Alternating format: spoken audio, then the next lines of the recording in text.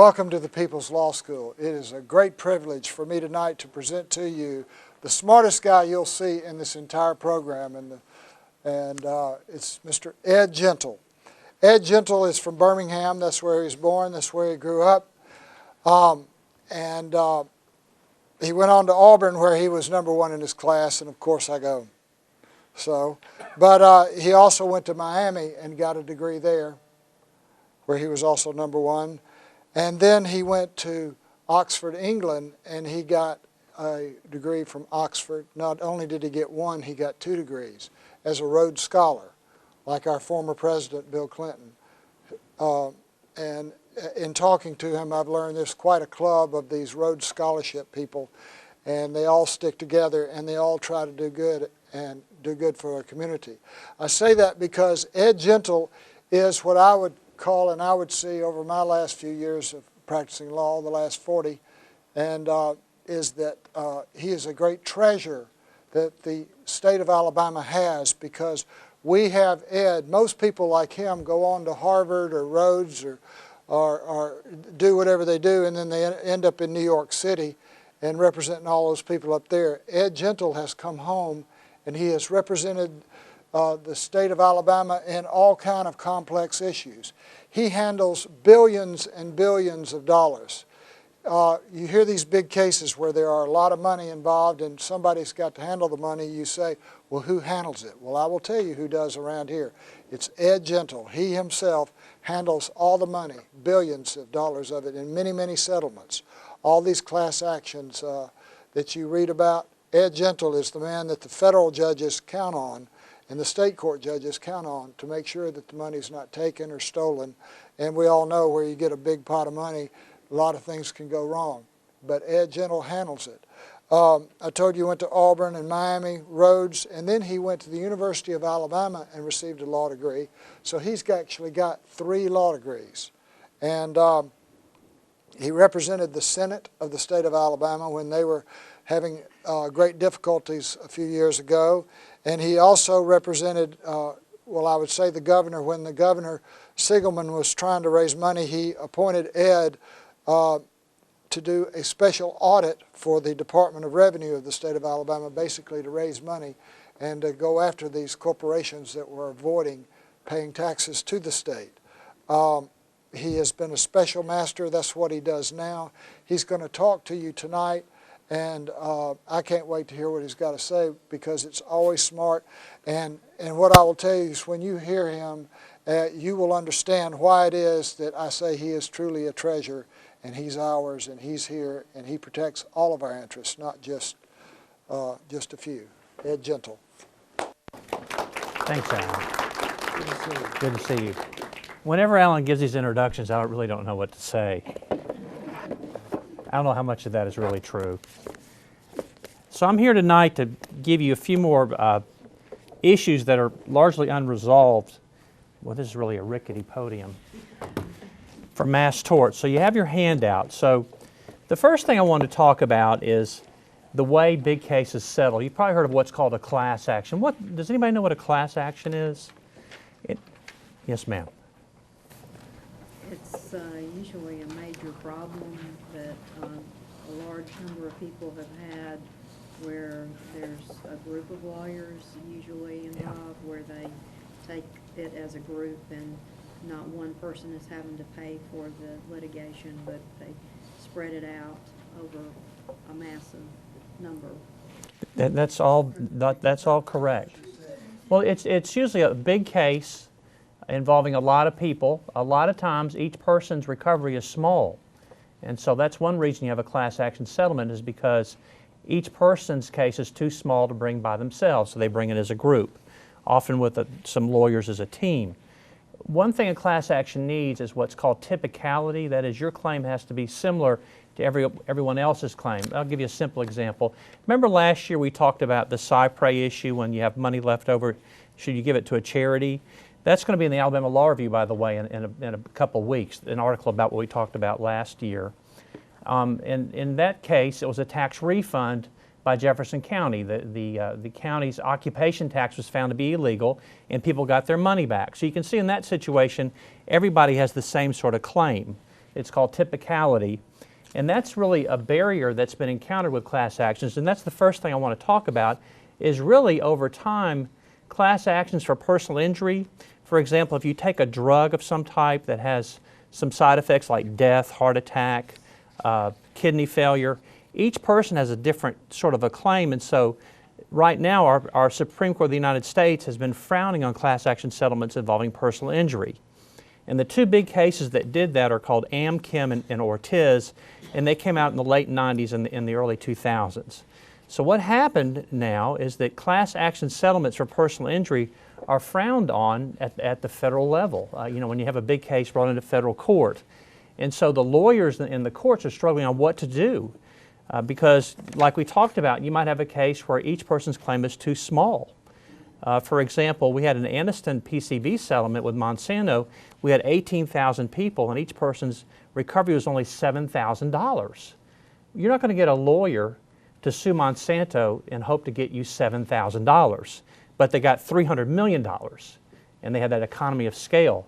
But in that case, it couldn't be a class action because of this typicality issue I just talked about. And so what happened is the lawyers have looked around to try to figure out what to do next. And one thing they've looked on, and this is this is page 4 of your handout. There's something called an MDL, or multi-district litigation. Anybody heard of an MDL? Okay, what an MDL is, it's a way to take all the federal cases around the country on one topic. For example, you've heard of this Takata airbag situation, the Japanese airbag, and it's alleged that they explode, and they're all over the country. And so the manufacturers say, we don't want to go all over the country and defend all these cases, so they put them in one place. And so right now what happened with that case is it's now in federal court in South Florida. And so you have one judge, Judge Marino, who has all those federal cases in one spot. And that's what this page 4 statute's about. It says here, when civil actions involving one or more common questions of fact, for example, exploding airbags, are pending in different districts, different district courts, such actions may be transferred to any district for coordinated or consolidated pretrial proceedings. That is when you learn all the evidence and you work up the case, and the defendants try to see if they can throw some things out and the plaintiffs see if they can have certain things survive. And then after all that's done, you can see here at the end of the quote, it says, then they're transferred back out. They're transferred back out to the districts from where they came from. And so lawyers are now using that mechanism to get everybody in one pot again, just like a class action, which has been frowned upon, like I said. What's interesting, though, is the MDL statute was designed just for this, what's called discovery, finding out about the case you probably heard about in these classes, and then sending them back out to the courts from where they came from. But unfortunately, 97% of MDLs never have that happen. They settle. They settle when everything's in one pot. And so that's good and it's bad. The good thing is they settle and people get paid for their claims. Defendants get to settle the liability they have. The bad part is if you disagree with the MDL, you're kind of out of luck. So what happens is sort of like a black hole. They take your case. Say you have a terrible Takata airbag case up here in Huntsville. Say it exploded and killed 3 family members. And now it's in Florida. And say it's settled and you're not satisfied with the settlement. Well, it's very difficult to get it back up here in an MDL. So that's where things are developing. I just wanted you to be aware of that. And what you might do is if you get such a case with your lawyer, you might discuss with him or her whether they should be for or against an MDL. What happens is when you have a bunch of cases like this scattered around the country that have a common set of facts or common claims, there's something called an MDL panel. It's a group of federal judges appointed by the Supreme Court of the United States. And in fact, Judge David Proctor is on the panel. He's one of our judges in Alabama. And they hear people talk about whether it's good or bad to put it in one pot. Well, it could be, if you have a really severe case, you don't want it in the pot. It could be if you have a not so severe case or you represent a defendant, you want it in a pot. But that's something you probably are not aware of, but that's really what's happening to these big cases now. They're going into these MDLs. And when they settle, they really cannot settle as a class action like I talked about, especially involving personal injury, just because it's very difficult to do it under Amchem and Ortiz like I talked about because the claims vary so much. And so what happens now is you have what's called an aggregate settlement. And let's see, there's a definition of that I have in here. It's on page 6 of your handout in the middle. So what happens in an aggregate settlement, you have a pot of money, and let's just take a simple example. Let's say everybody in this room had their lunch money stolen. And so we have $15,000 to pay you back. And so some people had a dime stolen, some had $100 stolen, but it's all one pot, $15,000. You'd file your claim, and that's all the money there is. And no matter how big or little your claim is, it's got to come out of that $15,000. That's an aggregate settlement because what each person gets is interrelated with what you get, right? If one person gets $1,000, there's only $500 left, right? Well, that's basically what an aggregate settlement is. And so here on page 6, it talks about, this is an ABA rule. Anybody know what the ABA is? It's the American Bar Association. It's a group of lawyers from around the country that get together and try to solve common problems. And the ABA has these rules that come out that they're advisory for states, but often states follow them. So this rule here, it's actually 1.8G, I've got a typo. It's a rule for aggregate settlements that every state has adopted. And what it says is if you have, for example, this lunch money example, this is a pretty interesting rule from your perspective because what it does, it requires us, for example, in this room, if we had $15,000 to divide, before, for example, you decide whether you're going to take the money, you would have a right under this rule to know what every other person gets. Sound fair? And why? So, for example, if you had $10 stolen, we divide up the pie, we have twice as many claims as we have money, you get $5, and everyone else would get their share, and everyone would see it's fair. So there has to be informed consent with aggregate settlements. And so that's basically how that rule works. And so I've got another example here on page 8 at the top, just some simple aggregate settlements. So for example, in this box, the box looks like this. So if you have, for example, if you have this lump sum settlement, that just means a pot of money of this fixed amount and everybody has to get paid. That's what we're talking about, the lunch money example. Here's a case, looks like an asbestos case here. The number 2, you take that money and you divide it among different claimants. And so for example, in that situation, you can see you have the mesothelioma cases are the really severe ones. Then you have lung cancer and that sort of thing. So for example, if you were a lung cancer claimant and you were going to be offered $25,000, you would know what everybody else in the group gets. You know, what the disputed asbestosis cases get, what the asbestosis case, you know what everybody else gets. And that's the basic rule of an aggregate settlement. But it's funny, that's not always done. For example, I was an expert witness in a case in Kansas 2 weeks ago, and that was litigation about whether a lawyer did the right thing. That is, it involved an aggregate settlement, and it was a pretty serious one. This is some pretty egregious facts. This involved a druggist in Kansas City named Courtney who cut cancer drugs in half, and 300 people died. And he's in prison probably for a little while. But what happened is the case settled. There are 2 manufacturers involved. There's Eli Lilly and Bristol Myers. And there are some facts that indicated, of course they would say the opposite, but tended to indicate they might have known about what he was doing but didn't stop it. And so that case settled, and the question was whether the lawyer followed this rule. So there's 300 plaintiffs and you have a pot of money. I can't tell you the pot, it's confidential. But for example, if you had a family member that's among those 300 and that person had a certain type of cancer or lived a certain amount of time, you would want to know what your payment's going to be and how we graded everybody else's family, right? And what the other types of cancer were, maybe how old they were, how many children they had.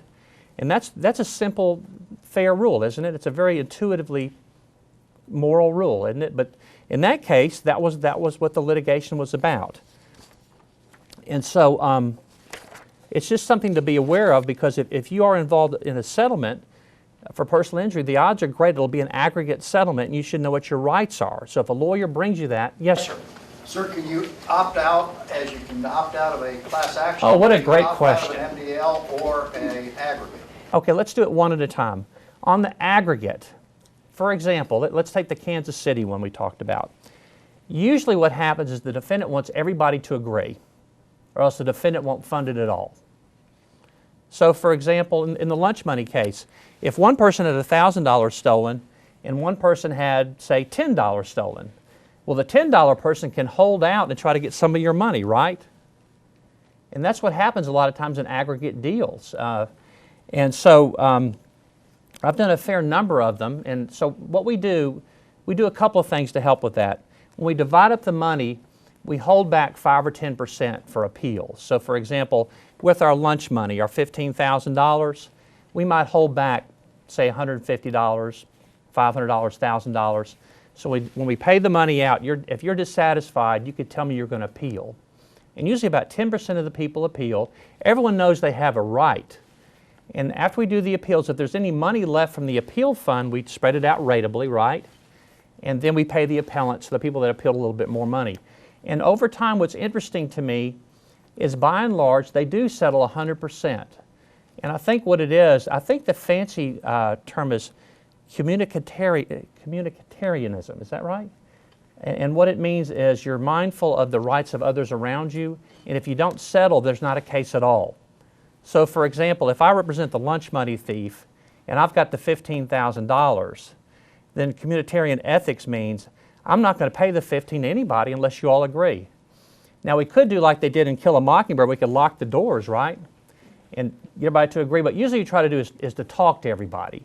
And so, for example, I'll be in Virginia, I guess day after tomorrow, on a case involving a drug settlement involving a steroid for back pain that had fungus in it. And so one hospital has settled. This is the NECC case, New England Compounding. One hospital settled for a confidential amount, and I have an aggregate deal with all the people that got hurt at this hospital. And so I've got a certain amount, I can't tell you, I've got a certain number of people. We've got a grid, and I'm going to score them and tell everybody what they got with the holdback. And there'll be 10 or 15% of the people that think it's an outrageously low amount. But then you explain to them how we graded everybody else in the case, and by and large, they come around. I did a 4,000 claimant PCB settlement in Anniston, and we had all but 7 agree. And Monsanto said, that's fine. We'll take 4,000 less 7. I did 3 Chantix settlements, the drug for smoking, and I think one was 100, one was 300, one was about in the middle, and they all settled 100%. So that's basically how it works. But if you really want a double dog holdout, you have a lot of power that you don't have in a class action settlement. In a class action settlement, like you said, you just opt out. You pursue your case. In an aggregate deal, you can wreck the train unless the defendant will work with you. An MDL can be either one. An MDL, like I said earlier when we read the little statute, it's a very small and simple statute, is just the combining of cases into a bucket. It's really not a settlement. It's supposed to be a discovery device. By that I mean to work up the cases before they go forward and resolve or get tried. So I guess those are the 2 answers. Class action settlement, you can opt out. You cannot stop the train. Usually the defendant says maybe only 5% can opt out. Aggregate settlement, a lot of times the defendant wants 100% closure, and the handouts have great power. Now, is that fair? I don't think it is. I think in both situations it should be similar bargaining power. And in fact, that's a wonderful punchline for the next quote. If you look on page 11, the upper page there's been a lot of discussion about this very question you raised, and that is, say you have an aggregate settlement in here. We have, what, 50 people? We have $15,000 of lunch money. Everybody sure wants their lunch money so you can eat tomorrow, right? But 3 people say, no, I want $1,000. And I'm not leaving without $1,000. What do? Well, you might not have a settlement. Maybe nobody gets their lunch money. Maybe nobody gets paid for the of these 300 families in Kansas City we talked about. But what this rule says, and it's a proposed rule by the American Law Institute. Anybody heard of them? It's kind of like the ABA. It's another national group. This one's a little bit more pro-business, maybe pro-common sense at times. What this suggests is that you just have to have a majority. And what it suggests is that before we do this aggregate settlement negotiation, before I score everybody and tell them what they got, you would sign a piece of paper and say 2/3 have to agree, and then we're all bound. But you know, you might think it's unfair. If you're in that 1/3 and think you're paid too little, the train might just leave and you're on it whether you like it or not. So what do y'all think of that? This sounds similar to the Arian Brockovich scenario in California. Yeah, PPG, I think it was. yeah. It sounds like what you were saying is was incorporated in a lot of what they were trying to do out there in terms of the settlement. That's true, and that was a personal injury settlement. You had the same problem.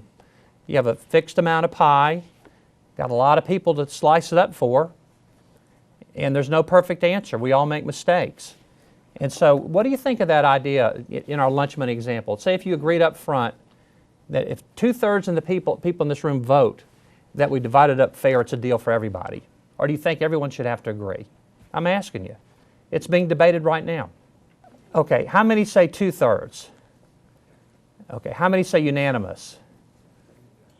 Yeah, that's about how people feel. That's kind of split. Well, right now, no state says it's got to be unanimous. Every state says it has to be, the reverse. Every state says it has to be unanimous. Alabama does. No state says it's 2/3. No state has adopted this ALI rule. So right now, aggregate settlements are very difficult to do, but we do them all the time. And so, you know, here's some other rubs about this settlement. All right, say we have a $300 million settlement with Monsanto for 18,000 people. Does this sound familiar? And say the plaintiff lawyers are entitled to $120 million in a fee, okay? There's $300 million. And say there's 10 people that don't agree. Do you think they'll pressure those people to agree? And so one question is, when you have an aggregate deal, is the plaintiff lawyer really your lawyer anymore? Because he or she, they're scrapping for the same bucket as you, right? They want a fee. If it doesn't settle, if everybody in this room doesn't agree, maybe Alan's going to get 40% of the $15,000 I pay, right, Alan? What's Alan going to do with the 3 people in here that aren't going to agree? You think he's going to be pissed off at them? And so I've got some ideas in here, and I've got a few cases. But basically, some of the rules are that if you're a lawyer representing plaintiffs in an aggregate deal, you cannot threaten them. You cannot withdraw. For example, if the 3 people don't agree with my $15,000 carve up the lunch money, he's still got to represent them. He can't pressure them, right? And I think that's important, but it's not done all the time. Now, an interesting case about this is this Burrow v. ARCE case. I got to be careful how I pronounce that right. But it's a case in Texas, and it involved, I think, some asbestos claims. And the lawyers, when they carved up a pot, they didn't tell the clients it was an aggregate deal. They didn't tell them it was a fixed pot. They didn't tell them how much they could possibly get. They just said, the manufacturer has offered you this much for your money. You're the only one that we're dealing with, and you take it or leave it. And what the lawyer said, the recovery was so big, it was hundreds of thousands of dollars for everybody. No one got hurt if they didn't follow this 1.8G rule. You know what the court said? You don't get a fee. So even if you say it doesn't hurt anybody, because of the ethical problems, the courts have decided that the lawyer should be penalized. So those are just a few things to think about, you know, if you encounter an aggregate settlement. And I'd put to you that if you settle a personal injury case with a group of other folks, the odds are that it's an aggregate settlement, and you should be mindful of some of these things. All right, so let's now move on to another topic. Any questions about aggregate settlements? Okay. So we talked a little bit about this MDL situation, multi-district litigation. And in fact, if you talk to some plaintiff lawyers now, they'll say, well, I don't do a lot of personal injury anymore because everybody's doing it. I'm doing MDLs. And so it's sort of the movement in the plaintiff lawyer world. You'll see that more and more, and they talk about it. And I see more and more new lawyers in MDLs that have never been there before. So we're going to talk about one big issue that comes up at the beginning of every case.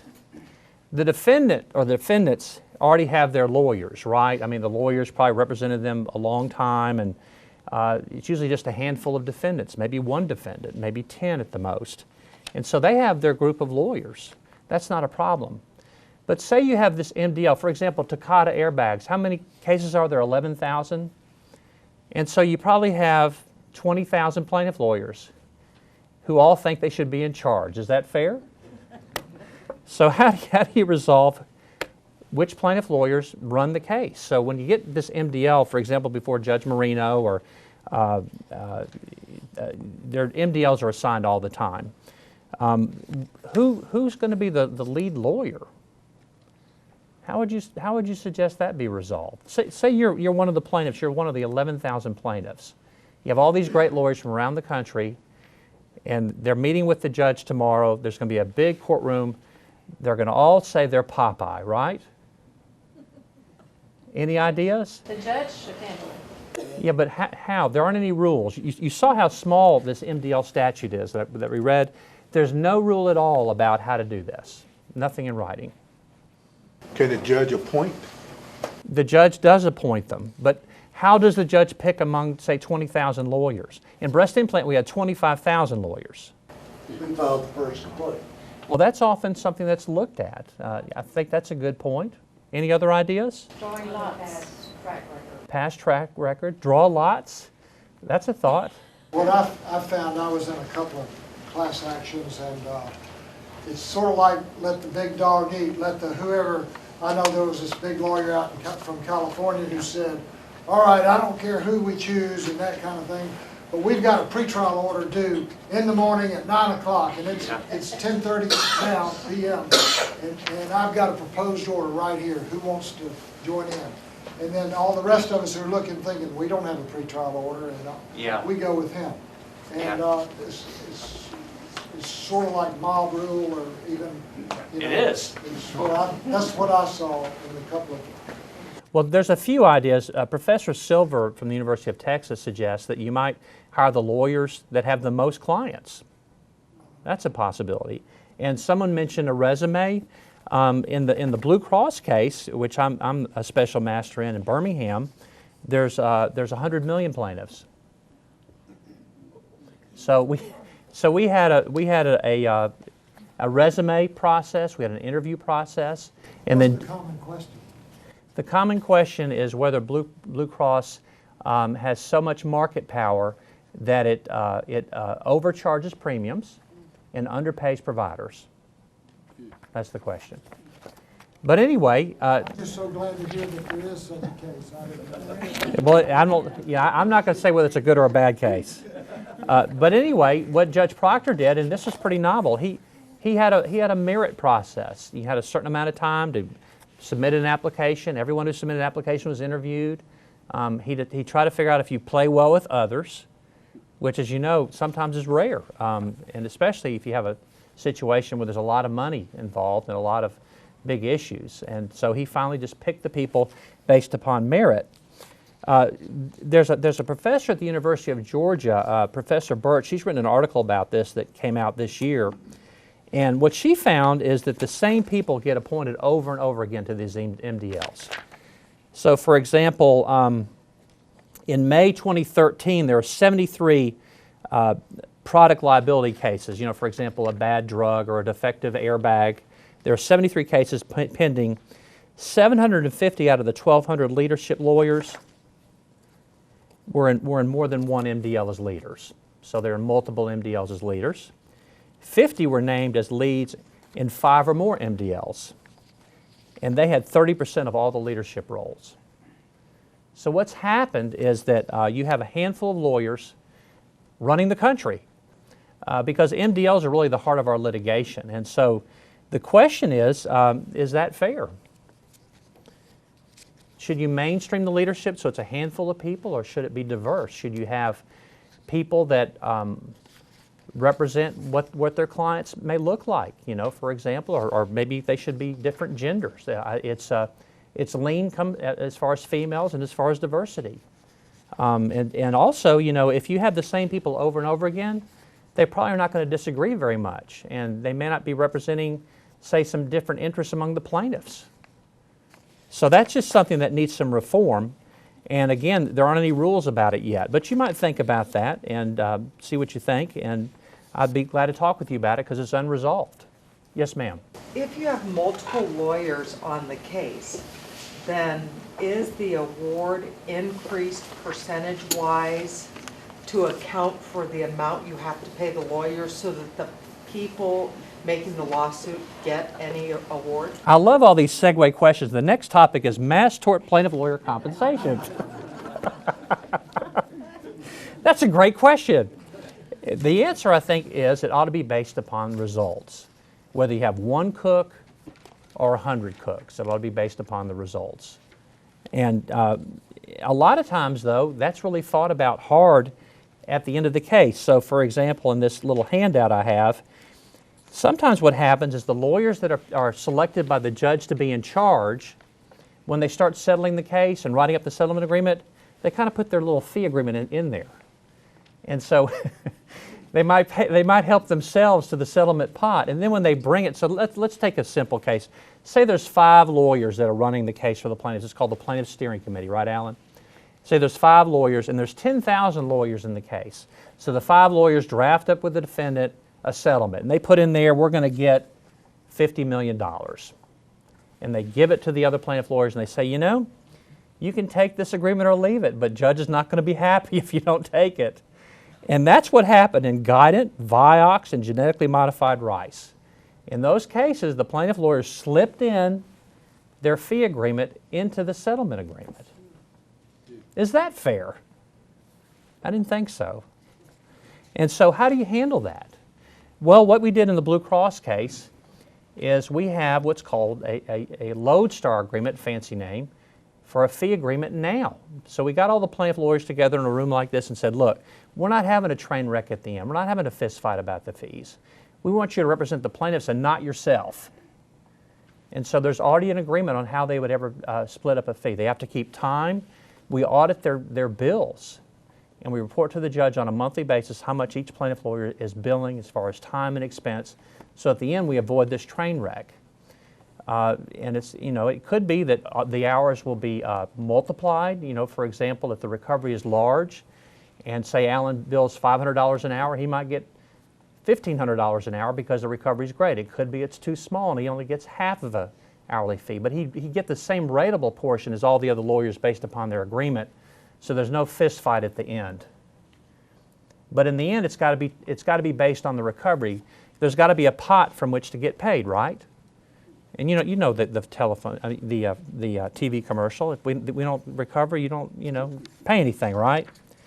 So that's basically how that works. Now, there is an inherent conflict between the lawyers in an MDL. You have these common benefit lawyers we're talking about. That is the people that run the case for the plaintiff's common benefit, and then all the lawyers that had clients that put them in the MDL. The lawyers that put their clients in the MDL that do not get on leadership really don't have a whole lot to do with the case. They're kind of captive, and they don't run the case, and they're just waiting to see if the client gets paid, and they'll get a share out of that.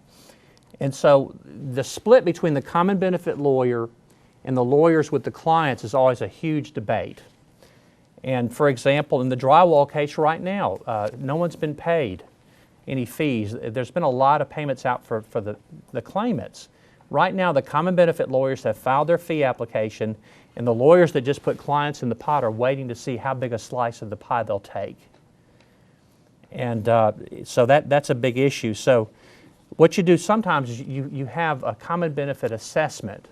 So for example, in the breast implant case, we decided, the judge did early in the case, that 6% of every dollar would go into a common benefit pot to pay the common benefit lawyers. So all the lawyers knew what the tax, so to speak, was before they decided to participate in the MDL. And that worked out pretty well.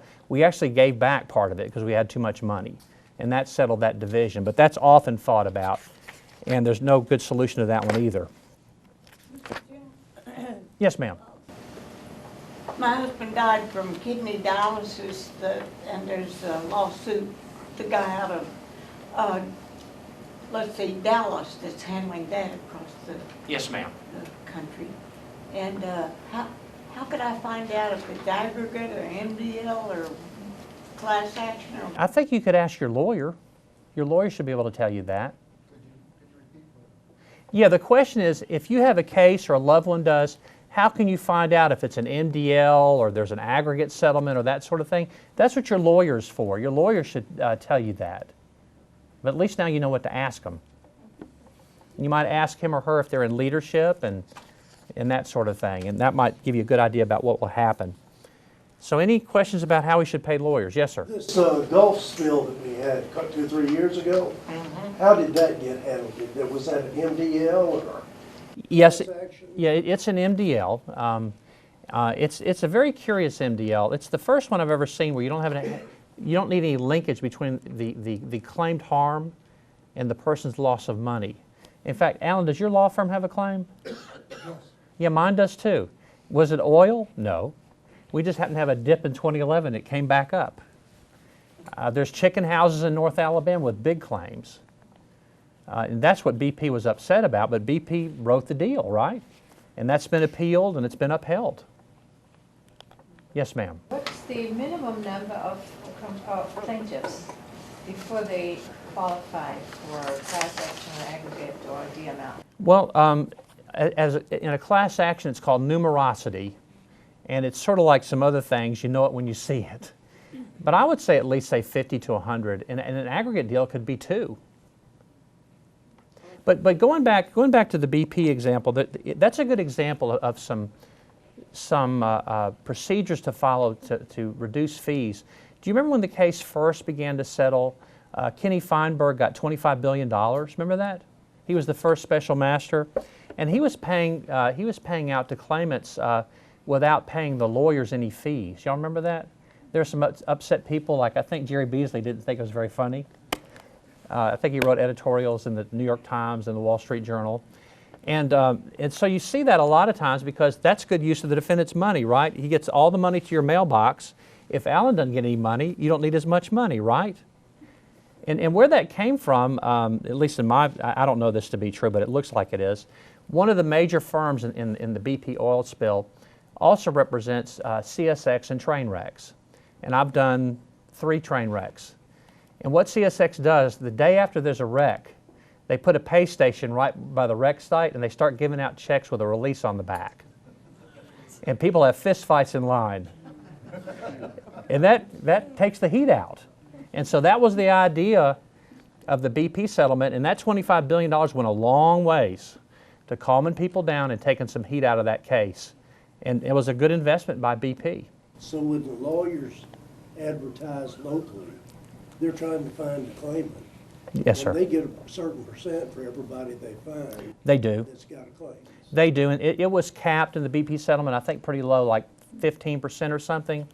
And that's another big debate about aggregate settlements. In a class action settlement under Rule 23, the federal rules, the judge gets to decide what's a fair fee. That's one of the things the judge does. In an aggregate settlement, the judge has no authority, but does that stop them? No. So a lot of times in the BP settlement, in the breast implant settlement, aggregate settlements, the judge still caps the fee. Any other questions about lawyers getting paid fees? Oh, one other aspect of the BP case. There was a lot of debate about whether accounting firms were filing claims. Remember this, Alan? And so the Alabama State Bar actually has an ethical rule on its website about that. So, you know, that's something you might want to keep in mind. If an accountant approaches you about practicing law, they're not supposed to do that. Just a thought. Yeah. This is along the same line maybe, but I don't know whether it's on point or not. But as I understand it, a few years ago, our own Attorney General of the state of Alabama decided not to sue so that the states of Mississippi and other people, was it in the tobacco settlement? It was. And so because he was a Republican and decided lawsuits are bad, that therefore Alabama didn't get as much of the tobacco dollars as Mississippi did. Is that correct? I don't know the facts in detail, but that sounds very familiar. Yeah. Because of his general philosophy that we don't want to use the court system because that's suing, and that's wrong. Yeah, kind of like Governor Bentley not using the free Medicaid money. None of my business, right? Yes, ma'am. The result of the drywall case. Okay, in the drywall case, our firm has a fair number of those claims. A lot of the homes have been cleaned with replacement drywall. I think the fancy word is remediated. As I understand it, there's one manufacturer that's been very forthright about it, and then there's another one that's still in negotiations. But a lot of the repair has already been done. I think it's not finished, but quite a bit has already been done. Was it coming from China? It was. It was. I mean, what the theory was is that the question is, did the drywall come from China? It did. The theory was, and I don't know this to be true, this is just what I've heard, is that the drywall, you know, inside the fiberboard was captured at the top of smokestacks in bag houses. That's where it came from. I mean, you got sulfur, there's claims of personal injury, a lot of the different utilities around your house would, like an air conditioner, washing machine would be broken with, I guess, just with the fumes in the air. All this is alleged. I don't know it to be true, just what I've heard. Okay, I'm going to talk a little bit about special masters, and then I'll be finished. So I think Alan mentioned earlier that I'm special master in a fair number of cases. There's a rule, a federal rule 53, this is the last part, Roman numeral 4, that allows a judge, and state court judges can do this too, to appoint a special master to help in special situations. For example, if you have a complex case that needs to be settled, if you have to clean up a neighborhood. You know, I've got 2 zinc smelters I'm cleaning up. I got one in Oklahoma and one in West Virginia. A judge is not going to go out there and get the lead out of everybody's yard. He's got to hire somebody. And you know, the historic judge that helps in this situation is called a magistrate judge. You've probably heard of those in the federal courts. I think they first began in 1968 or so, and I think there's about 600 of them now. There used to be about 500 in 1990. But since 1990, their workload has doubled, even though the number of magistrates has not nearly doubled. So a lot of times a judge will hire you to do different things. I've just listed some examples. You can oversee discovery, you know, and people argue about, the two sides argue about what kind of documents to provide, who's going to be able to give sworn testimony and a deposition you've probably heard about. You might need some expertise, say someone's got to do an accounting of where the money went. Maybe you have an expert on a certain type of law and that sort of thing. And then a lot of times you help settle a case as a special master. And so that's basically what they do. I think that the judges by and large like to do it. Some resist it, but I think it's sort of like if you have a police chief, they always want another cop to help them, right? So I think it actually empowers the judge. And I think that's all I have to talk about. Thank y'all.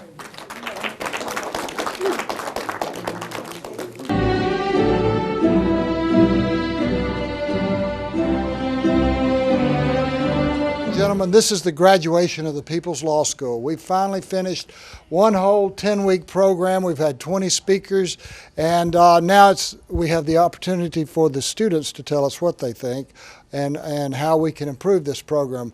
And I'm going to, first of all, I will call on Mr. Ed Wiley like that, like he says. What do you think about the program?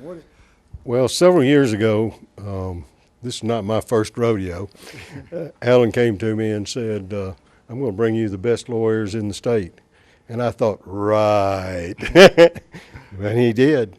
And we've enjoyed it and learned, and we appreciate it. Well, thank you very much.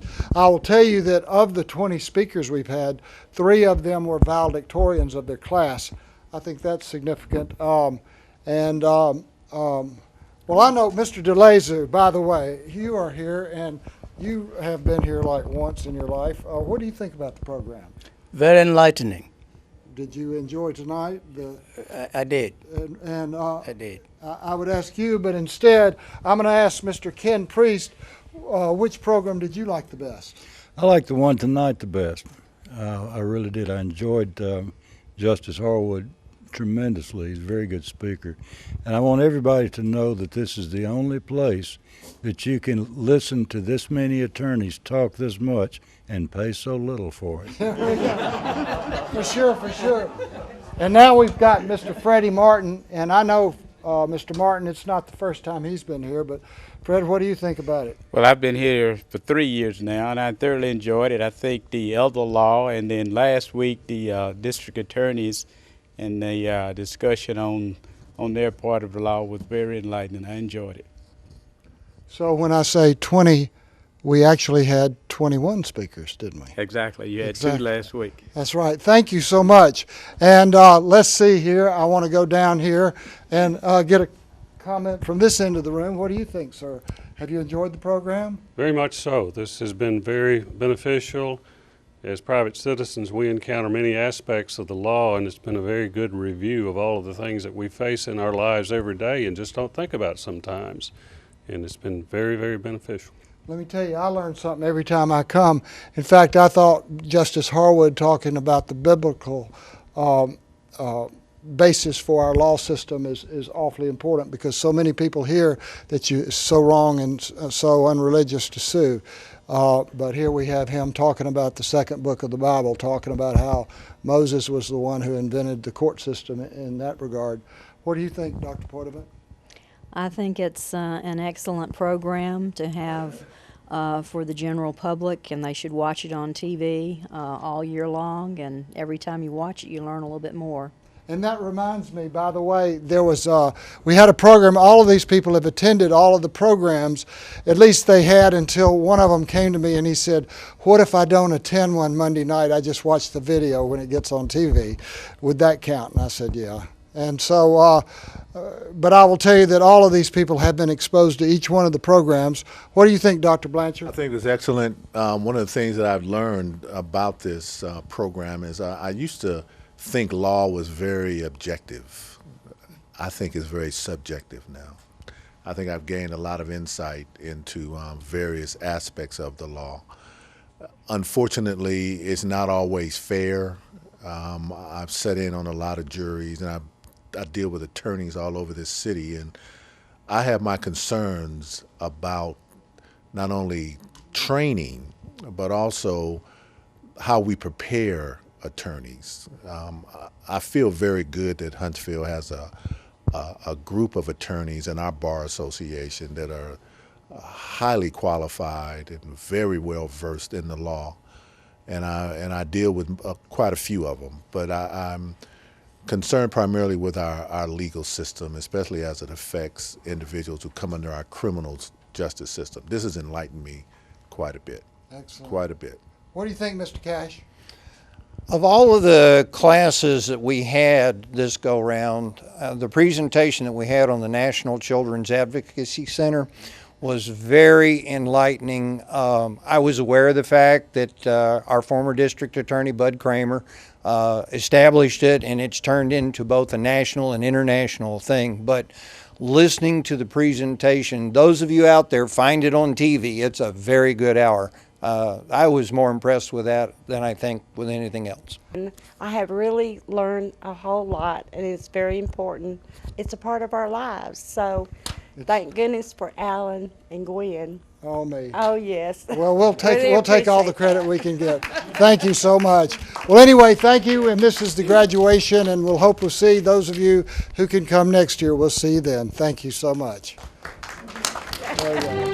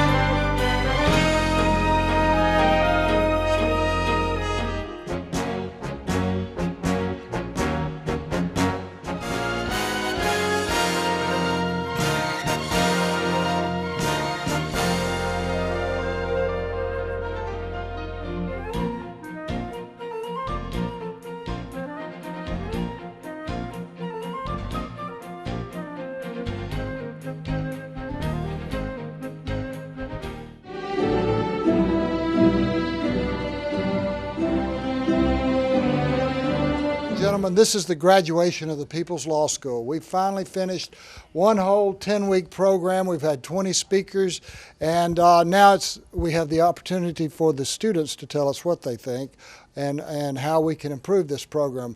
And I'm going to, first of all, I will call on Mr. Ed Wiley like that, like he says. What do you think about the program? Well, several years ago, this is not my first rodeo. Alan came to me and said, I'm going to bring you the best lawyers in the state. And I thought, right. And he did. And we've enjoyed it and learned, and we appreciate it. Well, thank you very much. I will tell you that of the 20 speakers we've had, 3 of them were valedictorians of their class. I think that's significant. Well, I know Mr. DeLazu, by the way, you are here, and you have been here like once in your life. What do you think about the program? Very enlightening. Did you enjoy tonight? I did. I did. I would ask you, but instead, I'm going to ask Mr. Ken Priest, which program did you like the best? I liked the one tonight the best. I really did. I enjoyed Justice Harwood tremendously. He's a very good speaker. And I want everybody to know that this is the only place that you can listen to this many attorneys talk this much and pay so little for it. For sure, for sure. And now we've got Mr. Freddie Martin, and I know, Mr. Martin, it's not the first time he's been here, but Fred, what do you think about it? Well, I've been here for 3 years now, and I thoroughly enjoyed it. I think the elder law, and then last week the district attorneys and the discussion on their part of the law was very enlightening. I enjoyed it. So when I say 20, we actually had 21 speakers, didn't we? Exactly. You had Exactly. 2 last week. That's right. Thank you so much. And let's see here. I want to go down here and get a comment from this end of the room. What do you think, sir? Have you enjoyed the program? Very much so. This has been very beneficial. As private citizens, we encounter many aspects of the law, and it's been a very good review of all of the things that we face in our lives every day and just don't think about sometimes. And it's been very, very beneficial. Let me tell you, I learn something every time I come. In fact, I thought Justice Harwood talking about the biblical basis for our law system is awfully important, because so many people hear that it's so wrong and so unreligious to sue. But here we have him talking about the second book of the Bible, talking about how Moses was the one who invented the court system in that regard. What do you think, Dr. Poitevin? I think it's an excellent program to have for the general public, and they should watch it on TV all year long, and every time you watch it, you learn a little bit more. And that reminds me, by the way, there was we had a program. All of these people have attended all of the programs. At least they had, until one of them came to me and he said, "What if I don't attend one Monday night? I just watch the video when it gets on TV. Would that count?" And I said, "Yeah." And so, but I will tell you that all of these people have been exposed to each one of the programs. What do you think, Dr. Blanchard? I think it's excellent. One of the things that I've learned about this program is I used to think law was very objective. I think it's very subjective now. I think I've gained a lot of insight into various aspects of the law. Unfortunately, it's not always fair. I've sat in on a lot of juries, and I deal with attorneys all over this city, and I have my concerns about not only training, but also how we prepare attorneys. I feel very good that Huntsville has a group of attorneys in our bar association that are highly qualified and very well versed in the law, and I deal with quite a few of them. But I'm concerned primarily with our legal system, especially as it affects individuals who come under our criminal justice system. This has enlightened me quite a bit. Excellent. Quite a bit. What do you think, Mr. Cash? Of all of the classes that we had this go-round, the presentation that we had on the National Children's Advocacy Center was very enlightening. I was aware of the fact that our former district attorney, Bud Kramer, established it, and it's turned into both a national and international thing. But listening to the presentation, those of you out there, find it on TV. It's a very good hour. I was more impressed with that than I think with anything else. I have really learned a whole lot, and it's very important. It's a part of our lives. So thank goodness for Alan and Gwen. Oh, me. Oh, yes. Well, we'll take Really all the appreciate credit we can get. Thank you so much. Well, anyway, thank you, and this is the graduation, and we'll hope we'll see those of you who can come next year. We'll see you then. Thank you so much. There you go.